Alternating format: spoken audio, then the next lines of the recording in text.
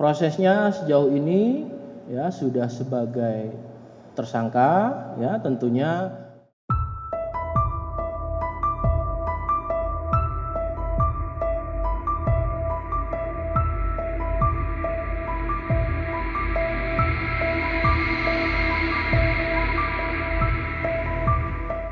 Yang pertama, kasus telah ditangani oleh Polda Jawa Timur ya, terkait dengan ada motif uang ekonomi terkait dengan digunakan untuk tindakan judi online ya.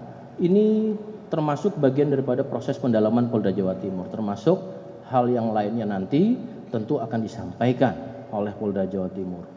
Prosesnya sejauh ini ya sudah sebagai tersangka ya, tentunya penyidikan ini kami yakinkan dilakukan secara proporsional dan prosedural, dan Polda Jatim setiap perkembangan nanti akan menyampaikan kepada teman-teman media. Saya rasa itu untuk konteks yang ada di Jawa Timur.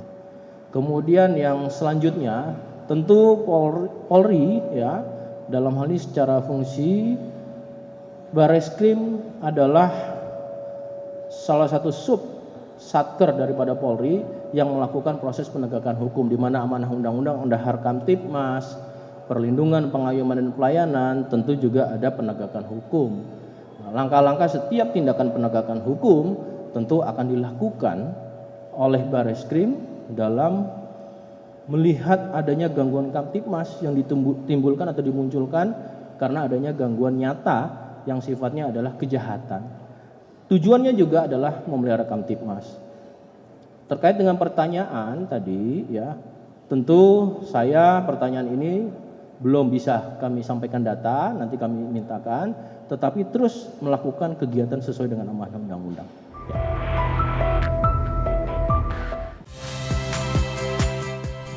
Saya Muhammad Syahreza. Saksikan program-program Kompas TV melalui siaran digital, TV, dan media streaming lainnya. Kompas TV, independen, terpercaya.